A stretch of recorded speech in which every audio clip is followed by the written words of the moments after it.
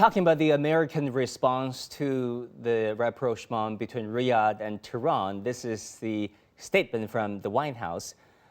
John Kirby, the spokesperson, said de-escalation and diplomacy together with deterrence are key pillars of the policy President Biden outlined during his visit to the region last year.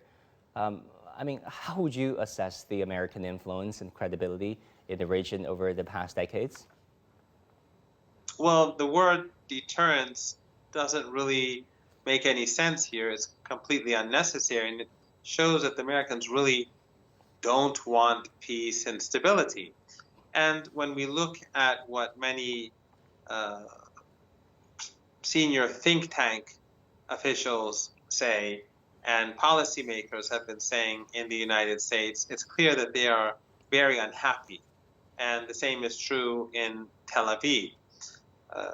The problem is that the United States, instead of playing a constructive role, instead of making real friends in the region, what they've done from literally the beginning of their presence in this part of the world is that they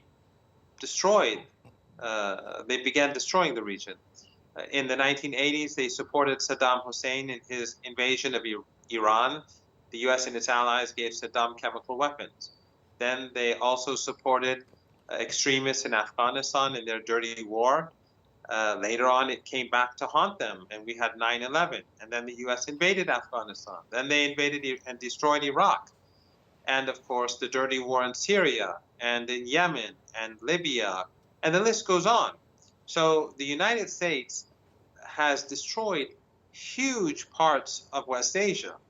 And they've constantly manipulated one country against another, or one part of society against another.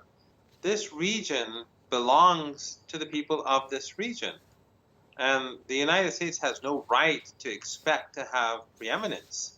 The United States, in fact, if it would rethink its role in the world and treat other countries with respect and as equals, the United States would benefit a great deal more from its presence in this region.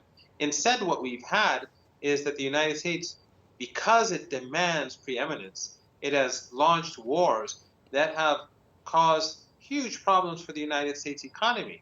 And the only reason, or let's say a major reason, why I think this breakthrough has happened is because the United States is on the decline.